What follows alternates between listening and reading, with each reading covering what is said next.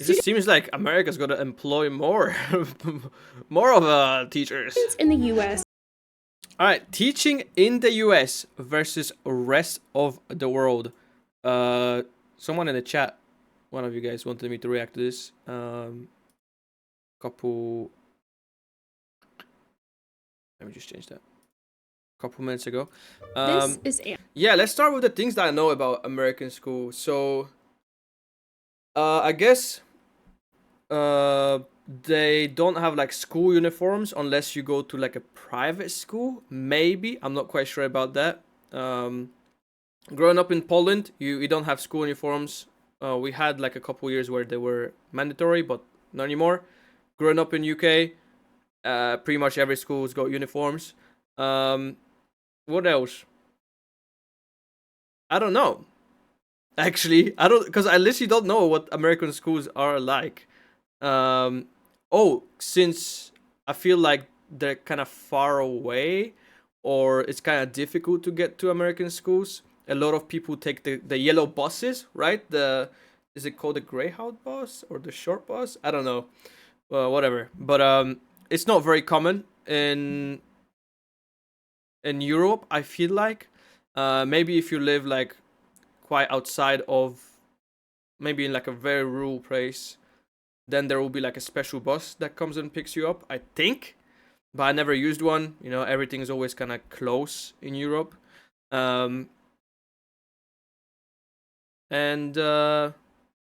Yeah, I mean, let's just check this one out and see what they're going to talk about, and then I'll say my points, I Anna. guess. She just graduated from college in the United States.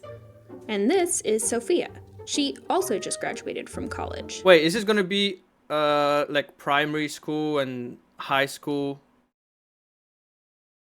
In Finland. Anna and Sophia both want to be middle school teachers, but it turns out there's a good chance their experiences will be very different.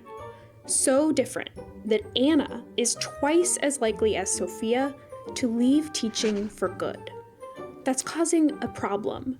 I mean, I feel like a lot of teachers are underpaid, especially I feel like in America. Finland seems to have their their stuff together, so maybe they're paid nicely. I don't know about Finland, but I know that a lot of teachers complain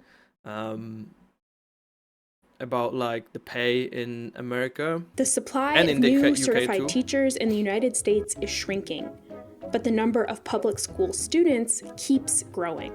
Massive teacher shortages. Warnings about teacher turnover. Educators call Colorado's teacher shortage a crisis. So, what makes Sophia stay and Anna leave? And how can the United States keep more of its teachers in the classroom? In the US, teachers work about 9.25 hours a day.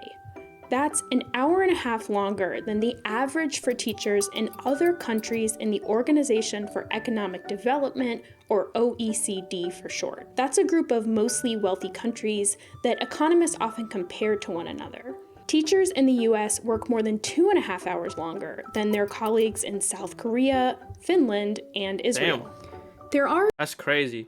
One thing that I always grew up thinking is, you know how like teachers give you like homework and like assignments, basically they have to look at that after working hours. That really never made sense to me, because you know they do their like 8 or 9 hour shift in the school teaching, and then they have to go over like the assignments or homework literally like after hours when they're chilling at home or whatever, right? Maybe that's different in different countries, but in the UK it seems to be like that. There are some countries with similar teacher work hours to the United States, like New Zealand, Singapore, and the UK. Teachers in Japan, for example, work nearly 2 hours more per day than teachers in the US. Damn. But in all of these countries, teaching hours are much lower. Of the 9.25 hours that American teachers work every day, they spend about 5.5 of those hours actually teaching. Okay. Yep. That's more than the OECD average, and significantly more than teachers in New Zealand, the UK, South Korea, Japan, and Singapore. Teachers in these countries get more time for planning, grading, and collaborating with each other. So, do all those extra teaching hours translate to better results? It just seems like America's going to employ more of teachers. Students in the US score slightly above the OECD average on the PISA exam, which tests 15-year-olds all over the world in reading, science, and math.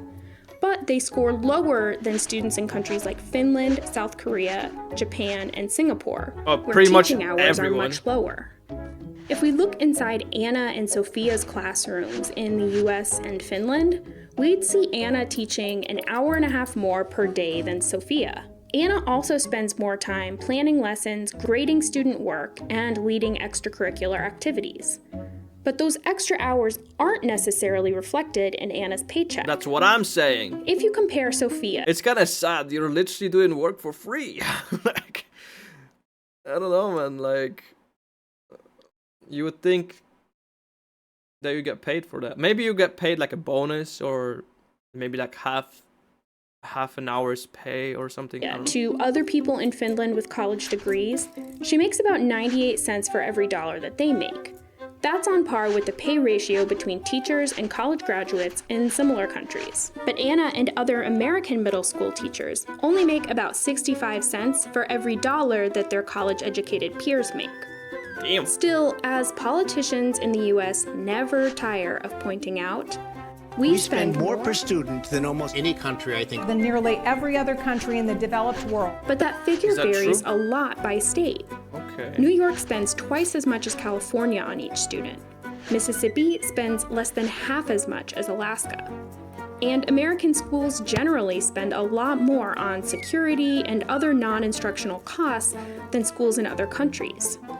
Oh, one thing that really surprised me when I moved to England, when I was going to Polish school, everything was just safe, you know?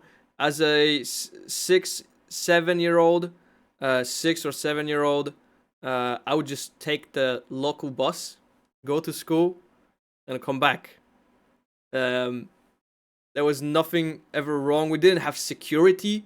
We didn't have like barbed wire fences around our school.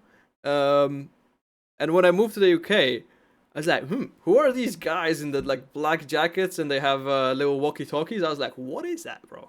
Why? It was security. I was like, damn, okay, like that's interesting. But and yeah, really high fences. I guess it's easier to leave school in Poland. You can just like skip school. In England, you're just like, once you go in, you're locked. You're locked in until you finish, until they let you out. So it's a lot more kind of strict in that way. And yeah, definitely, you're not gonna be taking a bus at the age of 7 or 8, from school, from your house to school, But I guess in Poland, I mean, it's pretty safe, I guess. I don't know. Plus, if you look at the share of its national wealth, or GDP, that each country spends on education, you can see there are plenty of countries spending a bigger share than the US. There's one other difference between Anna and Sophia.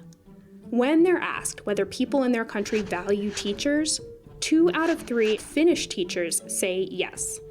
But just 1 in 3 American They don't teachers feel agree. appreciated. There are a lot of reasons why teachers like Anna leave the classroom. But if the US wants to keep more of them around, we might want to take a few pages from Finland's book. That's interesting. I felt like this video could have talked about a bit more about like actual school, but this was more about like teachers. But it was kind of interesting, I would say.